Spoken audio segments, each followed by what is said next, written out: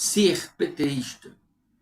Preterista é acreditar, né, que tudo as profecias, né, bíblicas já ocorreram.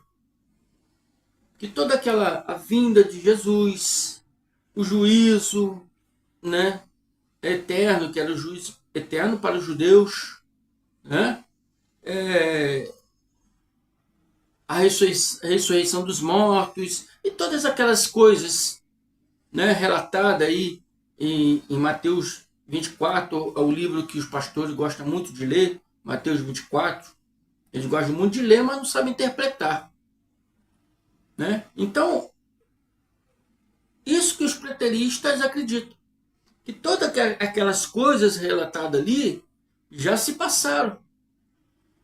Tudo já foi concluído.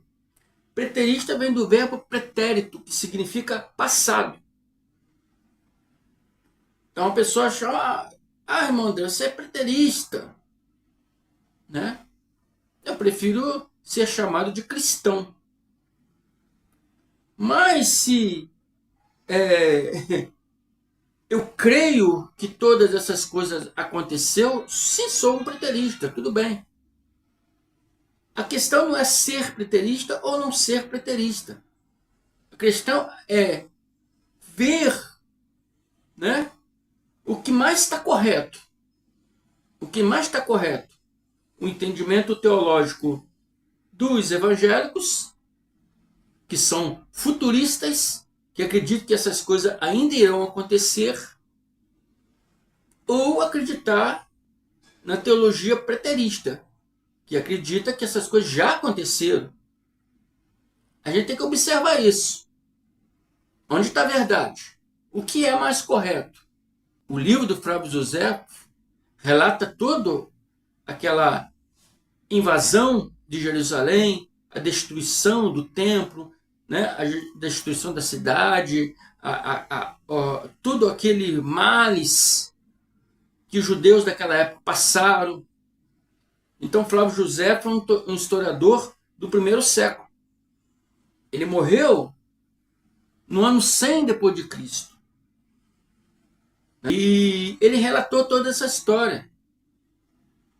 Uma verdade que não pode ser refutada é que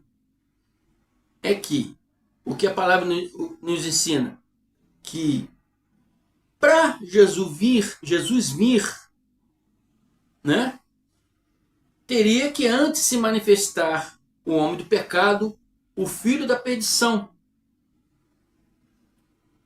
né?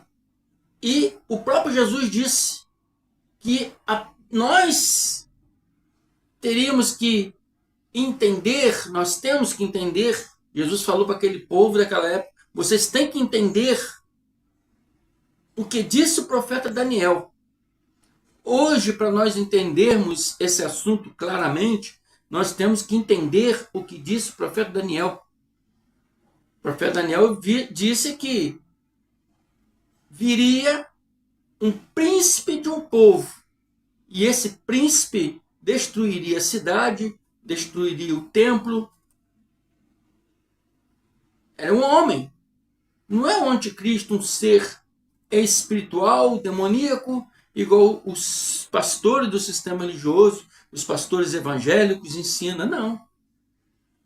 A palavra está se relatando falando de um homem. A narrativa toda dessa história, desse contexto, fala-se de um homem.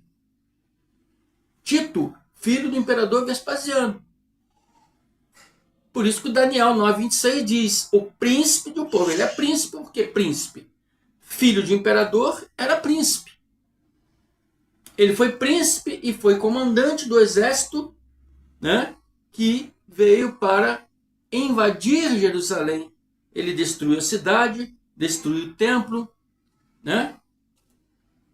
Matou muitos judeus, velhos, crianças. Está na história aí do livro de Flávio José. Não estou aqui fazendo propaganda, mas é para que vocês possam ver que o que eu estou falando aqui é verdade. Tanto a Bíblia confirma, como o livro histórico confirma. Então, segundo Flávio José, essas coisas aconteceram naquela época, em 70 DC. E então, por que os preteristas acreditam nisso? Acreditam porque é uma coisa conclusiva. É uma coisa que tem fatos. E contra fatos não tem argumento. Porque tanto a história confirma, como a Bíblia confirma. Antes de Cristo, antes dele vir, na sua segunda vinda, segunda parousa, teria que se revelar um homem de pecado, o filho da perdição, Tito. Não é um ser, o anticristo, um ser espiritual, não. Fala de um homem, Tito. Amém? Então, ele viria quando esse homem se apresentasse. Esse homem ia se apresentar, ia invadir a cidade, ia destruir a cidade, ia destruir o templo. Então, Cristo, nesse dia, iria se apresentar. A vinda de Cristo está associada à invasão de Jerusalém, à queda do templo. Está tudo associado na vinda de Cristo. Então, a gente tem que entender isso. Quem era o anticristo que verdadeiramente viria? No caso, já veio, né? Viria, estou contando assim, na época de Jesus, na época dos apóstolos, dos discípulos, viria para eles, né? Para nós já veio. Quem era o anticristo que viria? Vamos ver o que Paulo diz aqui aos Tessalonicenses. Ninguém de maneira alguma vos engane, porque não será assim, sem que venha apostasia. Isso é manifesto o homem do pecado, o filho da perdição. Então, ele viria, para ele vir, no caso, para ele vir, teria que primeiro, antes dele, se manifestar o homem do pecado, o filho da perdição. Para Cristo vir na sua segunda vinda, na sua segunda parousa, teria que se manifestar o homem do pecado, o filho da perdição. Por isso que eu disse que está tudo ligado. A vinda de Cristo está ligado ao homem do pecado, o filho da perdição. Daniel chama o príncipe de um povo. Está ligado ali à destruição do templo, destruição da cidade. Está ligado, tudo está ligado. A gente tem que entender. Para a gente entender se Cristo veio já ou não, nós temos que entender se a cidade já foi invadida e se o templo já foi destruído. E claramente, nós claramente vemos que não existe mais templo. Você vai lá em Jerusalém, hoje não tem mais templo. Cadê o templo? O templo foi destruído. Pergunta lá um judeu, quando o templo foi destruído? Em 70 DC. Pega o livro de história e ver quando o segundo templo foi destruído. Em 70 DC. Então Jesus não viria antes que isso acontecesse. Se isso já aconteceu, então por que ele já veio? Porque ninguém, de maneira alguma, vos engane, porque não será assim. Não será assim o quê? Não será assim a vinda dele. Antes que se manifeste a apostasia, antes da apostasia se manifesta o homem do pecado, o filho da perdição, o qual se opôs, porque já passado, naquela época ele estava se opondo, porque numa tentativa de invasão, então estava se opondo e se levantando tudo que se chama Deus ou se adora. Tudo que era da fé em Deus, ele ia se opor contra tudo isso, contra a fé, contra a religião, contra a liturgia judaica, contra tudo. Ele ia se opor contra tudo. De sorte que se assentará como Deus, no templo de Deus, querendo parecer Deus. Se assentará. Paulo está falando no futuro próximo a ele. E nós hoje falamos num passado bem longínquo de nós. Assentará no tempo, não existe mais tempo. Não existe mais tempo. Ele vai sentar onde que não existe mais tempo? Esse coisa vinda é segundo a eficácia de Satanás. Então, pastores evangélicos, ele não é Satanás. Ele não é Lúcifer, ele não é diabo, não é demônio. Ele é um homem. Esse cujo esse homem virá segundo a eficácia, não virá como Satanás, mas virá segundo a eficácia de Satanás, com todo o poder e sinais, prodígio e mentira, com todo engano e injúria para os que perecem, porque não receberam o amor da verdade para se salvarem. Então, abençoados, a narrativa se refere a um ser espiritual do mal, maléfico, um ser diabólico. Não. A narrativa se refere a um homem. A narrativa se refere a um homem. E esse homem vir para a eficácia de Satanás significa que ele viria com, né, uma índole má. Ele viria com uma qualidade, né, qualidade de caráter maléfico. Amém? Uma índole má. A eficácia significa uma índole. A eficácia de Satanás significa que esse homem viria com uma índole má. Essa índole má dele, segundo a eficácia de Satanás, então quer dizer que não é Satanás, não é Lúcifer, não é demônio, não é diabo, é um homem que vinha com sentimento maligno contra os judeus. A palavra anticristo significa todos que são contra Cristo. Aqueles que não gostam de Cristo. Aqueles que não gostam de Deus. E esses romanos, né, eles queriam exterminar os judeus. Amém? Para acabar com os judeus. Para acabar com a crença do Deus único e Salvador. Amém? Se refere a um homem e não a uma criatura. Não se refere ao Satanás que o sistema religioso ensina, mas um homem do mal. Satanás é uma palavra que significa inimigo, opositor. É um homem que vinha com sentimento contra os judeus. Né? Uma vez contra alguém, se põe como inimigo desse alguém. Se põe como opositor a esse alguém.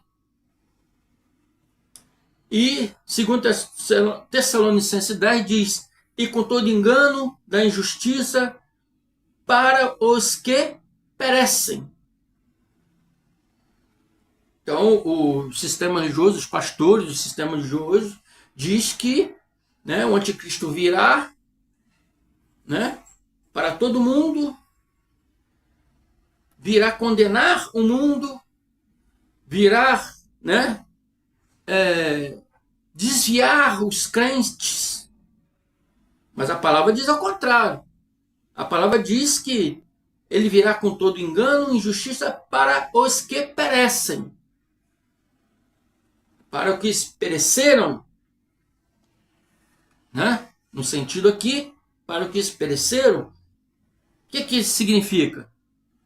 Que ele viria mandado por Deus para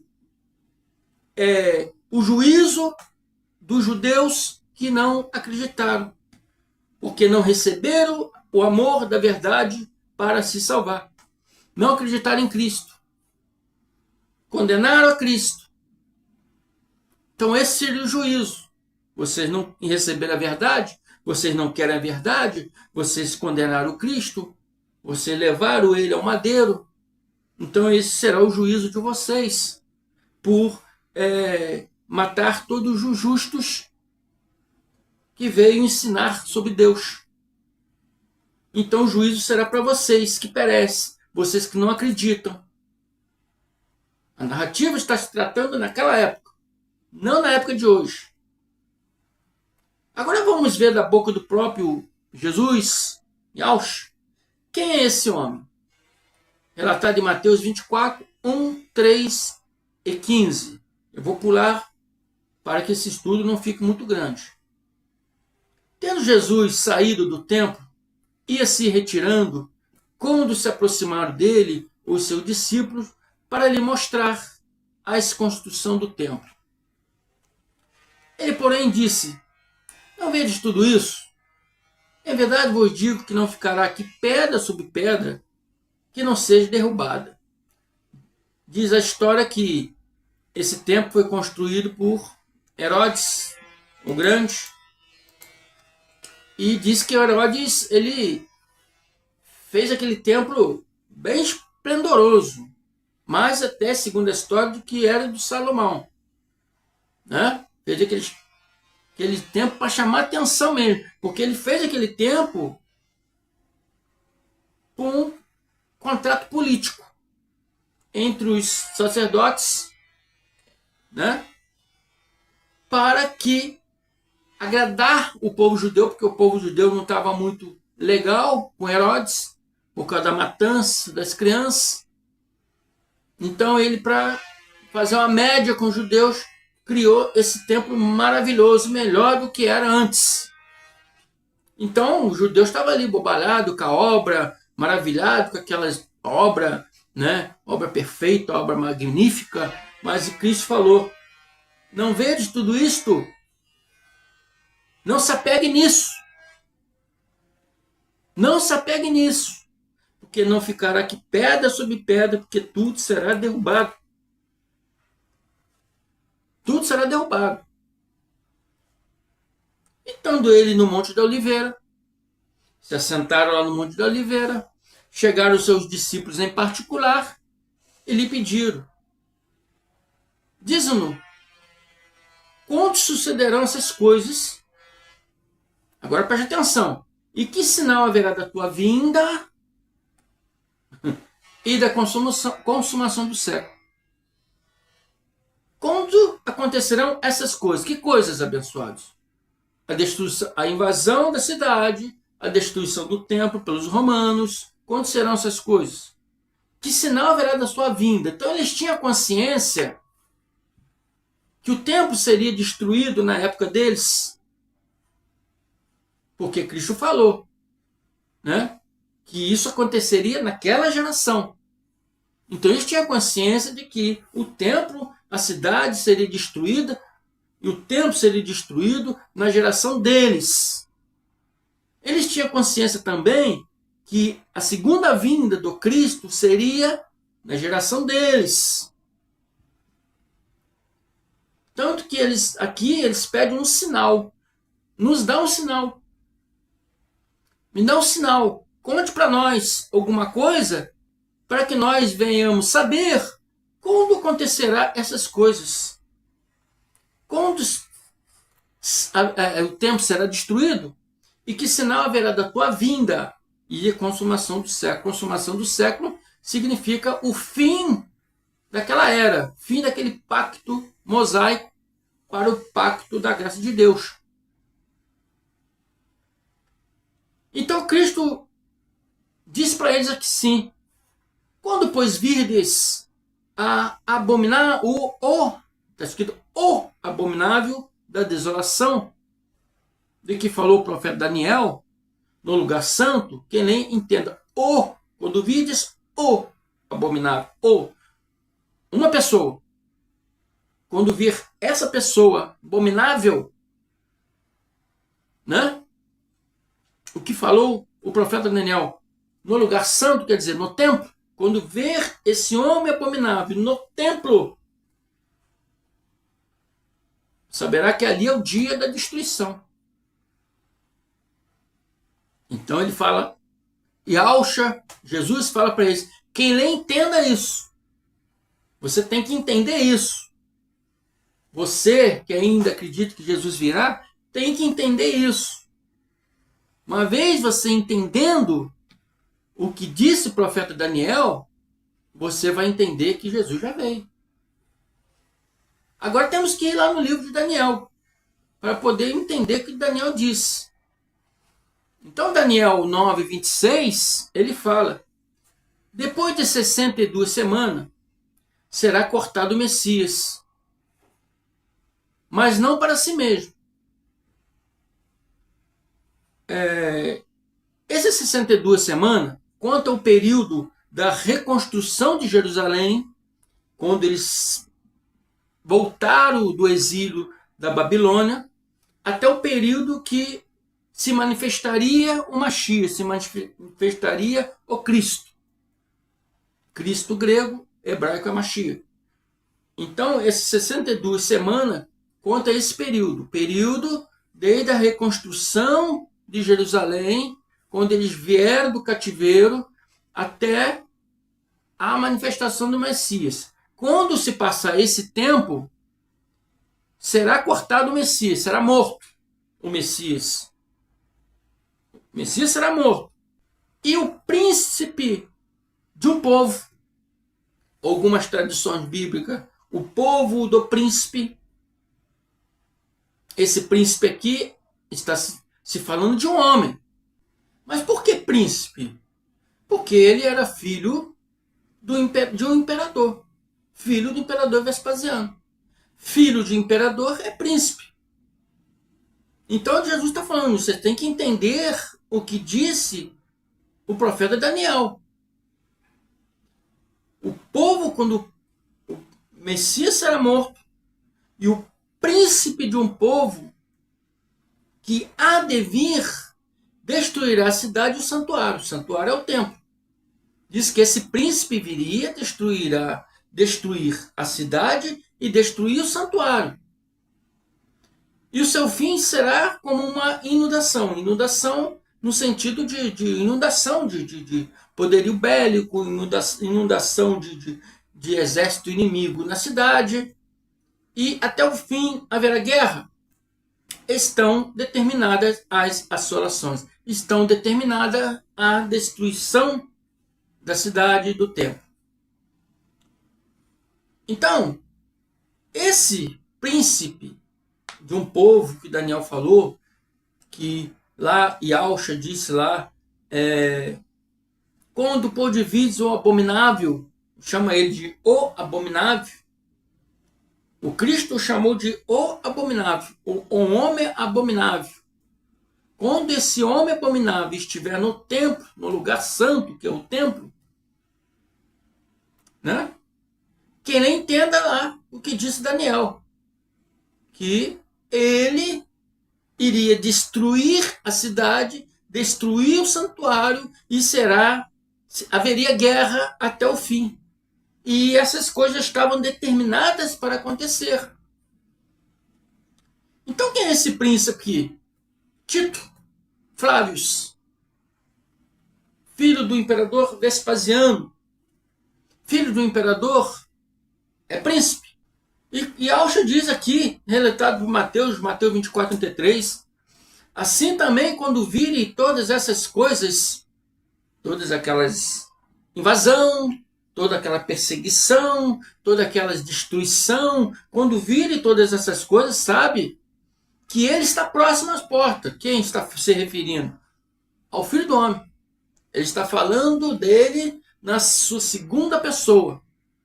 Quando vocês veem essas coisas acontecer, tudo essas coisas acontecer, a invasão, a destruição, a perseguição, saiba que o Filho do Homem está às portas. Sabe que aquele dia é o dia que eu virei na minha segunda parousa. E eu vou lhe assegurar que não passará esta geração até que todas essas coisas aconteçam. É a geração hoje do irmão André? É a geração hoje aí do irmão Carlos Antônio, do canal Democracia Espiritual? Então, está se referindo aqui as nossas gerações de hoje, na minha geração, na geração do irmão Carlos, não está se referindo à geração daquele povo que vivia naquele tempo. Está se referindo à geração daquelas pessoas que viviam naquele tempo junto com Yahushua. Não está se referindo à nossa geração. E ele disse, asseguro que esta geração, a geração que ele estava, a geração deles, não passará essa geração até que todas essas coisas aconteçam. Já aconteceu, amados. Já aconteceu, meus queridos. E Yahushua já veio na sua segunda parousa, não virá mais. Amém? Então fico por aqui, espero que vocês tenham entendido. Se vocês estão me ouvindo a primeira vez, né, se inscrevam aí no canal. Quero que vocês aprendam de fato. Para quando alguém vier refutar, vocês tenham a sabedoria, tenham conhecimento, para não ficar aí perdidos. Porque eles usam argumentos e confundem. Mas contra fato não existe argumento. Amém? Muito obrigado aí. Até a próxima. Graça e paz.